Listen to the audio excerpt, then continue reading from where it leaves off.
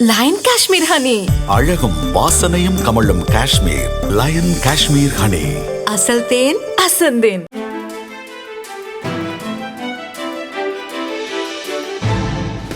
தட்டை, சீடை, முறுக்கு, ரிப்பன் போகடா, அதிரசம் என்ன வேணாலும் செய்யுங்க. ஒரே ஒரு 5 லிட்டர் இதய மந்த்ரா கடல் எண்ணெய் பேக் ஒரு மாசம் முழுசுக்கும் அத்தனை சமையல முடிச்சு விடலாம். இதய மந்த்ரா.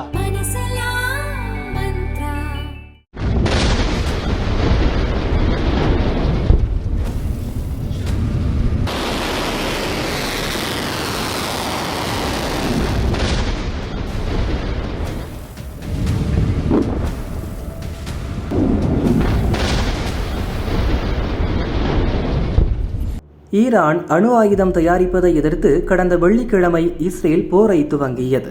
முதல் நாளே ஈரான் மீது 200 போர் விமானங்கள் குண்டுமழை பொழிந்தன. ஈரானின் அணு ஆய்வு கூடங்கள், அண்டர் கிரவுண்ட் அணு கூடங்கள், இராணுவ தளங்களை குண்டு வீசி நொறுக்கின. 9 அணு விஞ்ஞானிகள் மற்றும் ஈரானின் உச்ச தலைவர் கமேனிக்கு அடுத்த பதவியில் இருக்கும் நம்பர் 1 படை தளபதி உட்பட 6 படை தளபதிகளை இஸ்ரேல் குண்டு வீசி கொன்றது. இதற்கு பதிலடி கொடுக்க ஈரான் ஏவுகணைகளை வீசி இஸ்ரேலை தாக்கியது. இப்போது இரு நாடுகளும் மாறி மாறி குண்டு வீசி வருகின்றன. இஸ்ரேலில் இதுவரை 30 பேர் வரை கொல்லப்பட்டுள்ளனர். அதே நேரம் ஈரானில் 300 பேர் வரை மாண்டிருக்கின்றனர். இஸ்ரேலை பொறுத்தவரை சக்தி வாய்ந்த ஏவுகணைகளும் போர் விமானங்களும் அதன் வசம் இருக்கின்றன. போர் விமானங்களை ஈரானுக்குள் அனுப்பி நேர்த்தியாக குண்டு வீசும் சக்தி இஸ்ரேலிடம் இருக்கிறது. அதேபோல் எதிரி நாடுகளின் தாக்குதலை வானிலேயே இடைமறித்து அழிக்க அயன்டோம், டேவிஸ்லிங், RO2, RO3 என 4 வகையான வான் தடுப்பு கவசங்களும் இருக்கின்றன. இவை 80 முதல் 90% வரை எதிரிகளின் வான்வழி தாக்குதலை முறியடித்துவிடும் வல்லமை படைத்தவை. அதே நேரம் ஏவுகணை சக்தியில் இஸ்ரேலை விட ஈரான் அபாரமானது.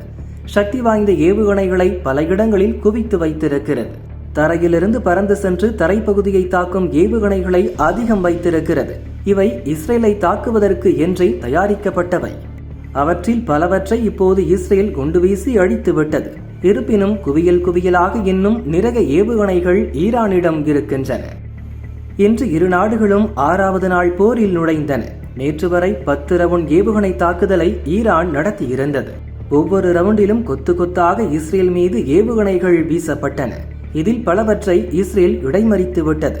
இருப்பினும் சில ஏவுகணைகள் டெல் அவீவ் மற்றும் ஹைஃபா நகரங்களை தாக்கின. இதில்தான் 30 பேர் வரை கொல்லப்பட்டனர். இந்த நிலையில்தான் பாதாள குழியில் பதுங்கியிருக்கும் ஈரான் உச்ச தலைவர் கமேனி இஸ்ரேலுக்கு வலுவான பதிலடி கொடுக்க வேண்டும் என்று ஈரான் ராணுவத்துக்கு உத்தரவிட்டார். இதை ஏற்று நள்ளிரவில் 11வது ரவுண்ட் ஏவுகணை அட்டாக்கை நடத்திய ஈரானின் புரட்சிகர ராணுவ படை தங்களின் முக்கிய அஸ்திரத்தை கையில் எடுத்தது. அதிசக்தி வாய்ந்த ஃபட்டா-1 ரக ஏவுகணைகளை இஸ்ரேல் மீது வீசியது. நள்ளிரவு 12:40 மணிக்கு 15 ஏவுகணைகள் மத்திய இஸ்ரேலை தாக்கின. அடுத்த 40 நிமிடங்கள் கழித்து மீண்டும் 5 ஏவுகணைகள் வந்தன. ஃபட்டா-1 ரக ஏவுகணையை வைத்து இஸ்ரேலை பந்தாடிவிட்டோம். இஸ்ரேலால் அவற்றை இடைமறிக்க முடியவில்லை. இஸ்ரேலின் வான்பரப்பு எங்களின் கட்டுப்பாட்டில் இருந்தது என்று ஈரானின் புரட்சிகர ராணுவ படை சொன்னது. ஃபட்டா-1 ரக ஏவுகணை மிகவும் சக்தி வாய்ந்தது. இது ஹைப்பர்சோனிக் வகையைச் சேர்ந்தது. அதாவது மின்னல் வேகத்தில் பறந்து சென்று எதிரி நாட்டை தாக்கும் சக்தி கொண்டது. ஹைப்பர்சோனிக் என்றால் ஒலியின் வேகத்தை விட 5 மடங்கு வேகத்தில் பயணிக்கும். அதாவது மணிக்கு 6100 கிலோமீட்டர் வரை சென்று எதிரி இலக்கில் மோதி தாக்கும். ஃபட்டா-1 ரக ஏவுகணைக்கு முக்கியமாக இன்னொரு சக்தி உண்டு. வளிமண்டல பரப்பில் மின்னல் வேகத்தில் பறந்து செல்லும் இந்த ஏவுகணை எதிரி நாட்டு மீது இறங்கும் போது அசுர வேகம் காட்டும். அதிகபட்சமாக மணிக்கு 17,000 கிலோமீட்டர் வேகம் வரை பறக்கக்கூடியது என்கின்றனர். அது மட்டுமல்ல, கீழே இறங்கும் போது திசை மாற்றி மாற்றி சென்று இலக்கை தாக்கக்கூடியது. இதனால் இஸ்ரேலின் அயன்டோம், RO போன்ற சக்தி வாய்ந்த ஏவுகணை தடுப்பு அமைப்புகளால் ஃபட்டா-1 ரக ஏவுகணையை இடைமறித்து அழிக்க முடியாது என்று ஈரான் சொல்கிறது. இதனால்தான் ஃபட்டா-1 ஏவுகணைக்கு இஸ்ரேலை நொறுக்குபவன் என்று ஈரான் பெயர் சூட்டியிருக்கிறது. இந்த ஏவுகணையை முதலில் 2023 தான் தனது படையில் ஈரான் சேர்த்தது. கடந்த ஆண்டு அக்டோபர் மாதமும் இதே ஏவுகணையை இஸ்ரேல் மீது ஈரான் வீசியிருக்கிறது.